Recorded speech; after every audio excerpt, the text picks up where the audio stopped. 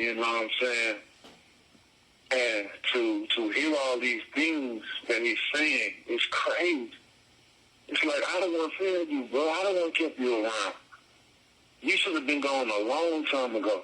But because of the love that I had, you know what I'm saying, to continue to give you a job and all that, even after the fact of all his medical issues that he has personally going on with himself. Let me stop right there. Deontay Wilder is on a interview with 78 Sports TV. And like I promised you guys, there are many volumes to do this because I have to break this down properly and give you my take on it. Now, as far as Mark Breland, his medical issues, I never heard of that. So I'm not going to speak on that. I don't know what he had going on.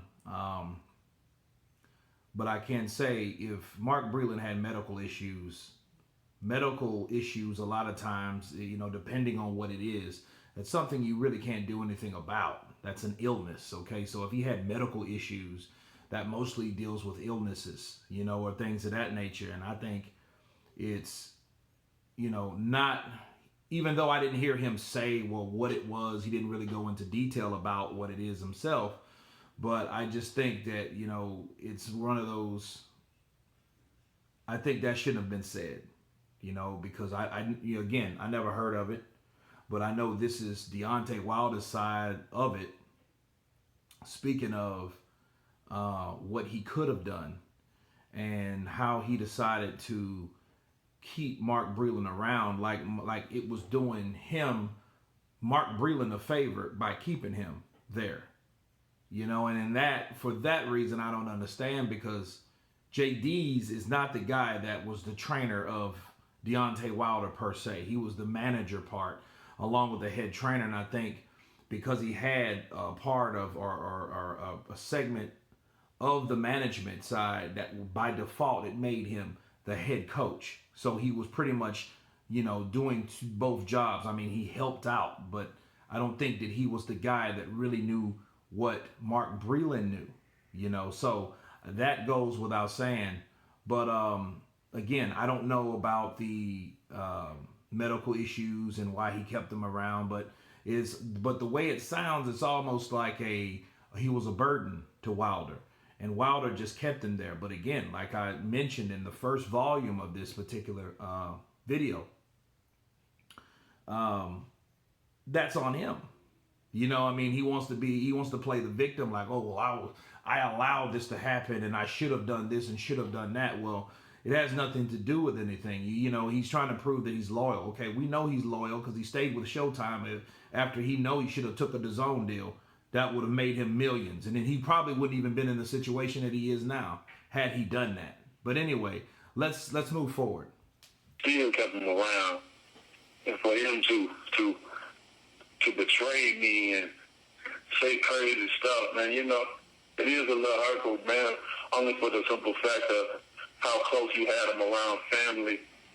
And even playing with your kids, you know, my firstborn, you know, I always used to play with her and shit like that. You know, there's always the one that's close in, you know what I'm saying? Right. But God is good, though, bro. God is good, man, and things happen for a reason, you know. It just even furthermore allowed me to believe that he had something deeper rooted, you know, about me, and I can't understand why what the fuck I do, you know? Okay, let me stop there. All right. He basically was stating that, you know, he kept Mark Breland around like as though Mark Breland was useless, as though he didn't hold no value to that camp. Okay, this is the picture that I see Wilder painting, talking about Mark Breland. Okay, so he's also speaking about his firstborn and having him around, playing with his kids and those things of that nature, and you know how he betrayed him. Okay, and then by saying these things, well, look again.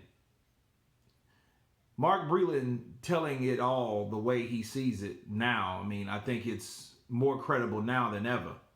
Could it be biased? It could be biased, but then Mark Breland, I don't think has nothing to lose at all. Like he had nothing to gain by spiking his water. So I don't know what he said. The only thing, betrayal. What proof of betrayal do you have? What, him stopping a fight because you're getting your ass whooped? What was that?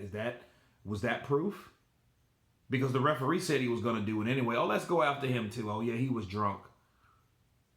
But firing somebody of your camp and then not doing anything to JD's is very, very, very, very, very, very, very suspicious. Okay, because you accuse Tyson Fury. See, Tyson Fury was just cheating. Okay, so who was in charge of that? The same guy that he still has, JD's. Okay, but Mark Breland, he stopped the fight because of something that you claim Tyson Fury did. So if anything, Mark Breland saved you from something that JD's didn't catch, if that's what you're so determined on. And it's sad, really, because if at the end of the day, if Wilder don't take this man to court like he proved, like he supposedly said, allegedly said that he was going to do, I was told that he was going to take this man to court for wrongful cheating, okay, with powerful accusations. That's what I was told. Ain't what I heard. This is what I was told, okay, from sources. All right. So we're looking at Wilder saying, hey, well, I fired Mark Breland because he stopped the fight because Tyson Fury cheated me. But the guy that was there watching to see if Tyson Fury cheated you is still on your team. That makes no fucking sense at all. At all. And I wonder,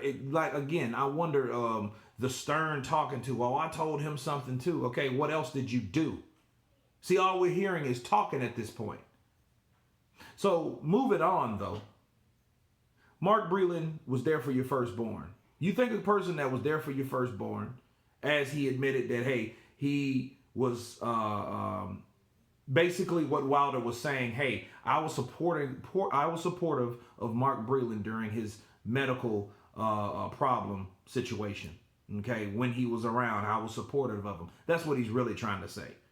You know what I mean? He's just saying it in a way to make Mark Breland look, not fit to be his trainer because of these medical issues, which I think is fucking shitty. It's terrible. Because you sitting there saying, now you're calling this man out for his medical issues.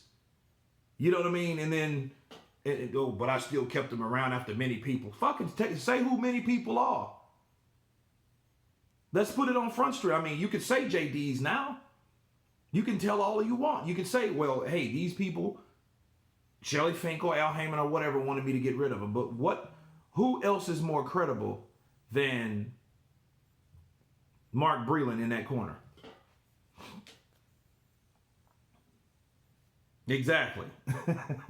There's nobody there that is credible to that man. But then yet, will that be the man and that's what leads me to see is something more deeper rooted. Okay, I don't understand that. What would be more deeper rooted? That man hung around you for 12 years and had something against you, came to your kids, came around your kids, played with your children, all this, that, and the other. And then this man is going to do that to you. Man, you got to be smoking crack to be thinking that kind of way.